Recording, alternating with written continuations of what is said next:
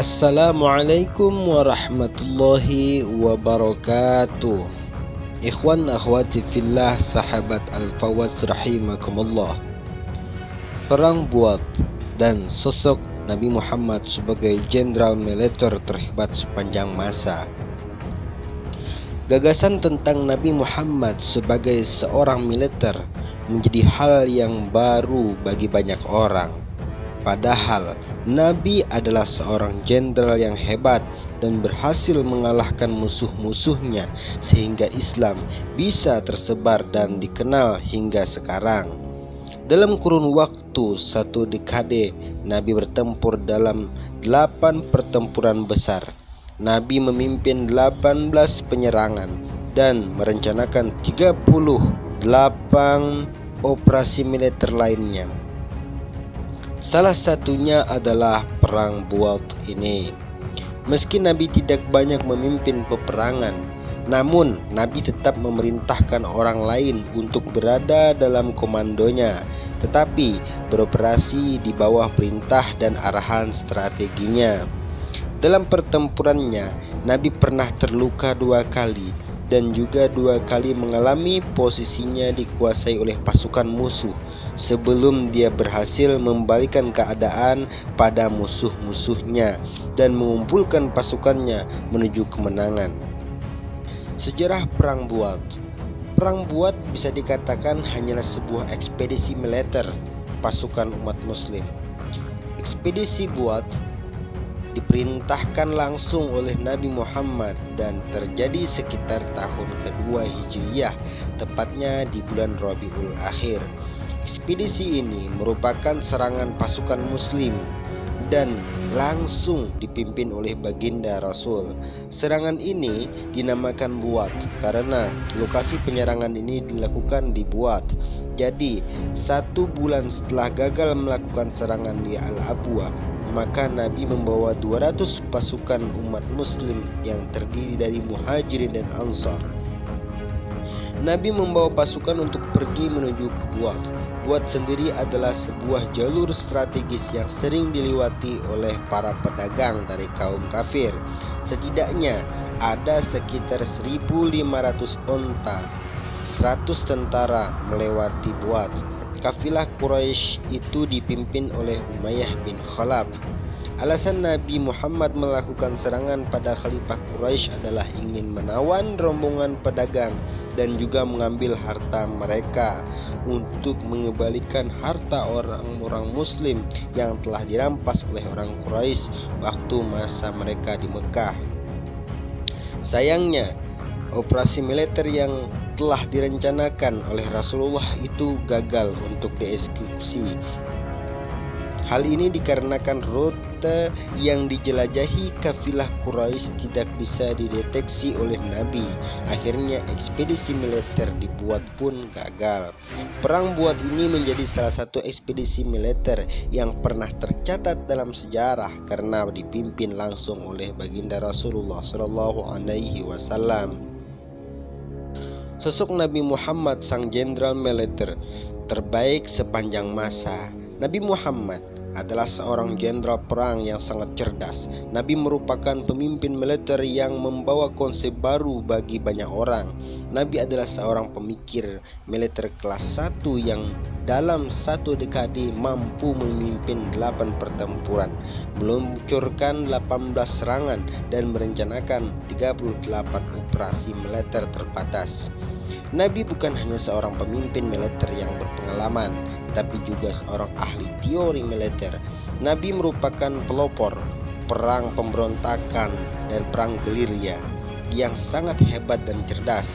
Nabi menggunakan semua alat yang tersedia untuk mencapai tujuan politiknya dan menggunakan cara militer dan non-militer untuk memastikan tujuannya.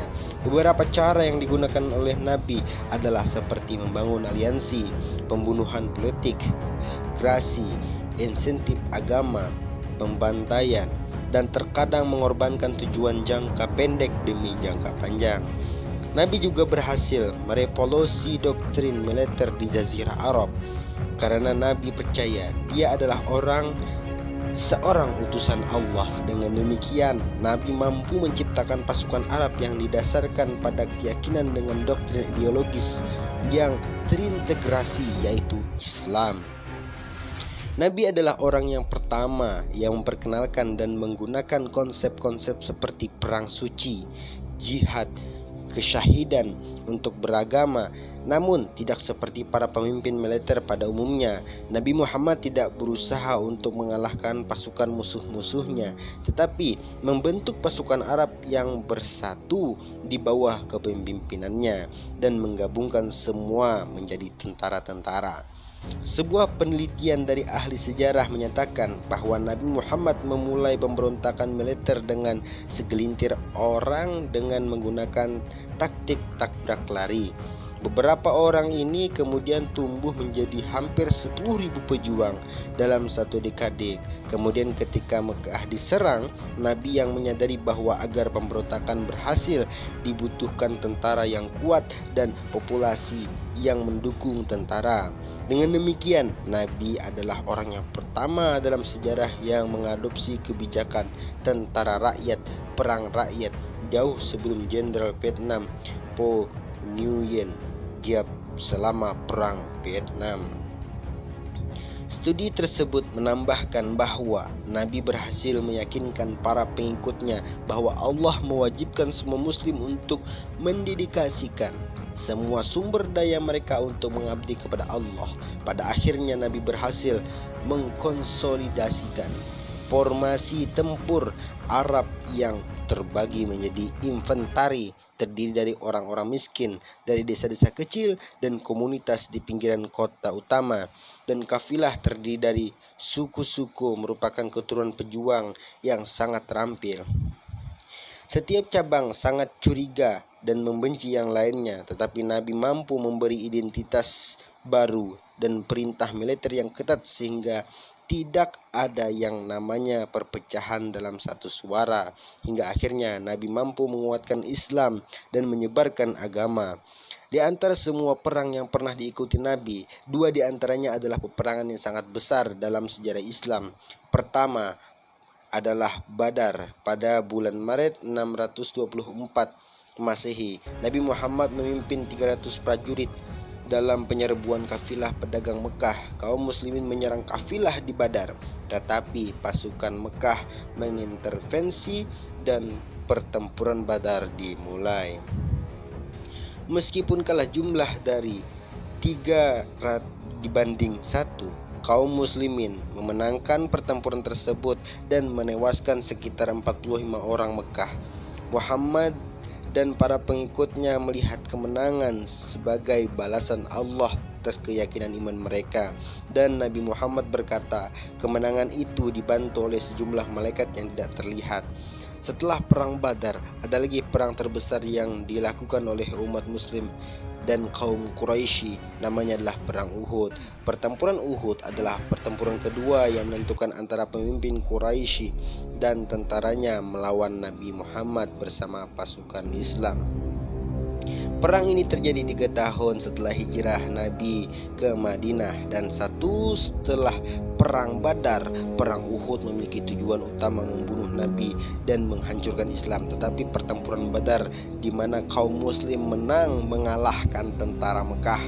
Para pemimpin Mekah sangat marah pada saat itu. Dari cerita-cerita ini menunjukkan bahwa sang Nabi benar-benar seorang jenderal militer yang sangat cerdas dan hebat dalam merencanakan strategi perang dan memimpinnya. Nantikan cerita selanjutnya di Latif Al-Fawaz. Jangan ketinggalan. Jangan lupa untuk subscribe, bunyikan loncengnya agar notifikasi Anda selalu muncul ketika ada video-video terbaru dari kami. Billahi taufiq wal hidayah. Assalamualaikum warahmatullahi wabarakatuh.